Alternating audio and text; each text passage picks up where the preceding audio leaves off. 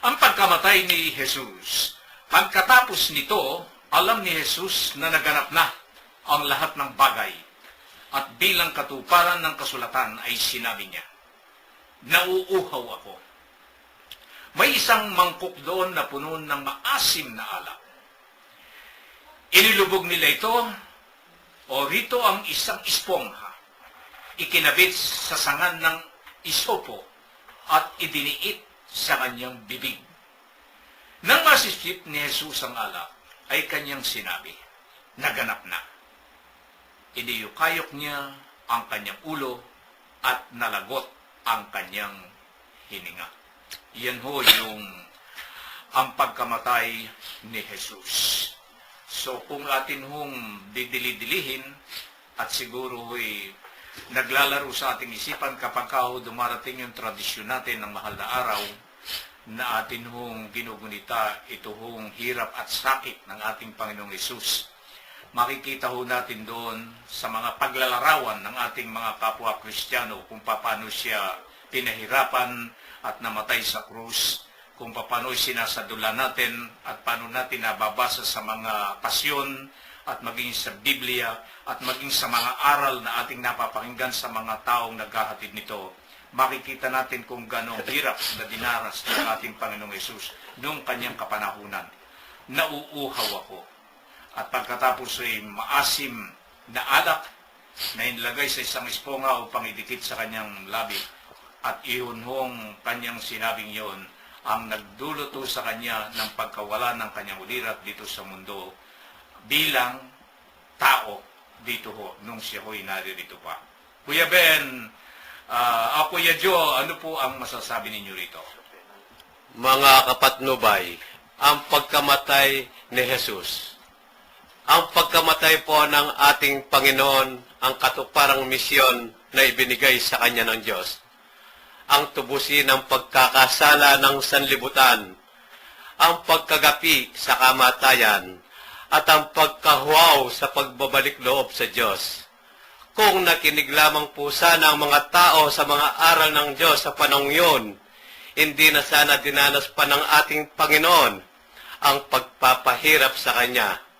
Subalit, dahil sa pagmamahal ng Diyos sa Kanyang mga nilalang, isinakripisyo niya ang Kanyang bugtong na anak na si Jesus upang matubos sa kasalanan ang sanlibutan.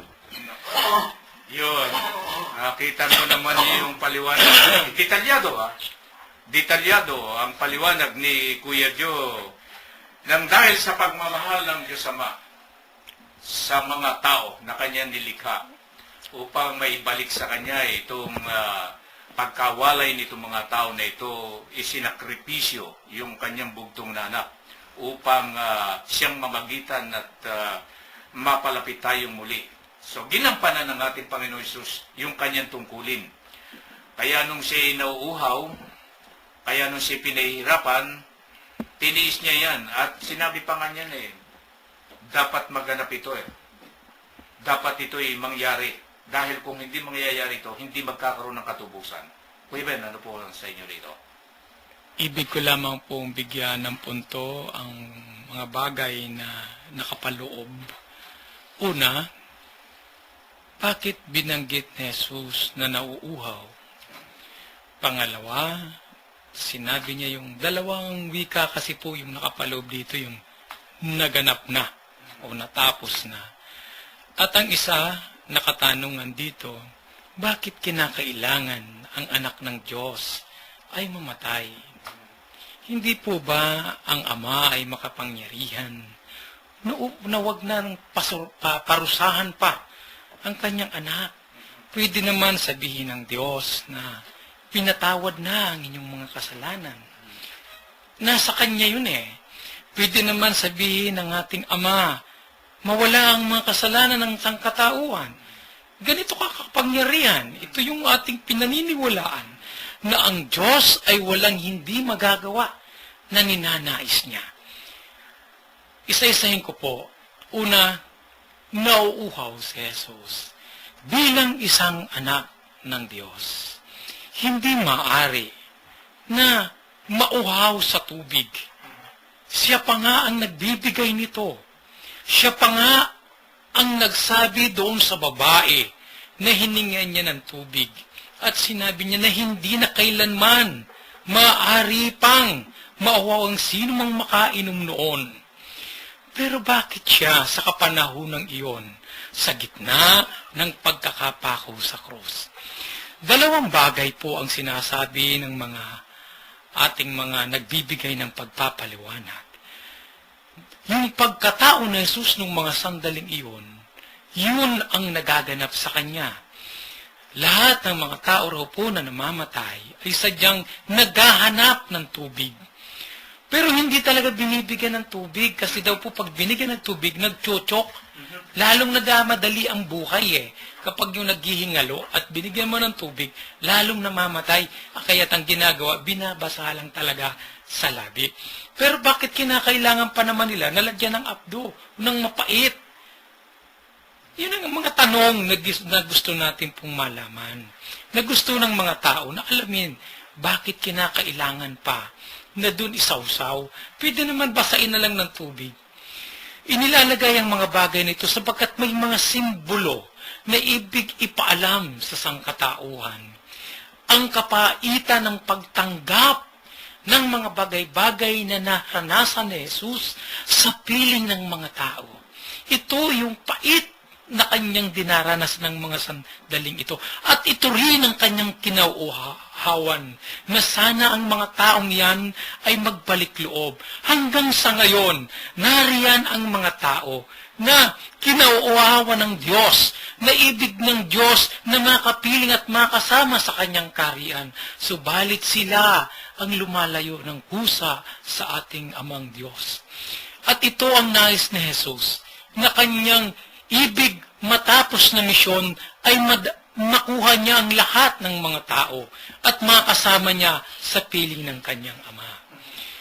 Pangalawa, naganap na. Mayroon mga karamihan sa ating mga sundalo pag binigyan mo ng misyon. Pagbalik nito at natapos ang kanyang misyon, magre-report ito Sumasalo sa kanyang general o sa nag-utos sa kanya at sasabihin sa kanya, mission accomplished. Tayo po, kahit yung mga inuutusan natin ng mga tao na binigyan natin ng bagay o pera para gawin niya ito, pagbalik niya, sasabihin, natapos ko na po. Kung mayroong assignment ang isang nag-aaral, pagbalik nito, yun din ang sinasabi sa guro, ma'am, natapos na po. Lahat ng mga tao ay may kanya-kanyang misyon sa buhay. Lahat ng mga kinapal ng Diyos at nilikha ng Diyos ay binigyan niya ito ng iba't ibang misyon na dapat gampanan dito sa daigdig. Si Jesus ganun din may misyon. At sa mga sandaling iyon, natapos na, nagre-report na rin siya sa kanyang ama at ang sinasabi niya, Ama, okay na, tapos na ang aking misyon dito sa daigdig. Na ako na pinadala mo rito, nagampanan ko na ang lahat. Ibinigay ko ng buong buo ang aking sarili. Ibinigay ko ang aking kakayanan sa kanila. Hinubad ko ang aking pagka-Diyos para sa pag-ibig na ibig niyong ipadama sa lahat ng mga tao. Tayo po, mga minamahal kong mga tagapakinig, kailan natin kaya maaring masabi at tayo'y mag-report sa Diyos sa pang-araw-araw nating buhay, pagdating ng gabi at sinasabi rin natin, Lord, sa buong maghapon na ito, nagampanan ko ang tungkuling iniatang niyo sa aking mga balikat. Lord, sa maghapong ito, naramdaman ko ang inyong presensya at naibigay ko rin sa iba. Lord, yung dapat kong gampanan ngayon para sa araw na ito, sa aming tahanan, sa aking trabaho, ay nagampanan ko ng maayos.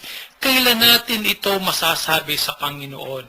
Dapat ito ay ating mapagnilayan. Pagdating ng panahon na ipikit natin ang ating mga mata. Pagdating ng panahon na tayo ay patungo na sa kaharian ng Diyos at tayo ay patay na, masasabi natin, Lord, nagampanan ko po ang lahat ng bagay, lahat ng misyon na nasa sa aking ipinagkaloob nyo. Alam niyo po, mga minamahal kong mga kapatid, mga tagapakinig, ano man ang edad ninyo sa panahong ito, pilitin na po natin, gawin na natin ang magagawa natin, lahat ng ibinigay na karisma sa atin ng Diyos,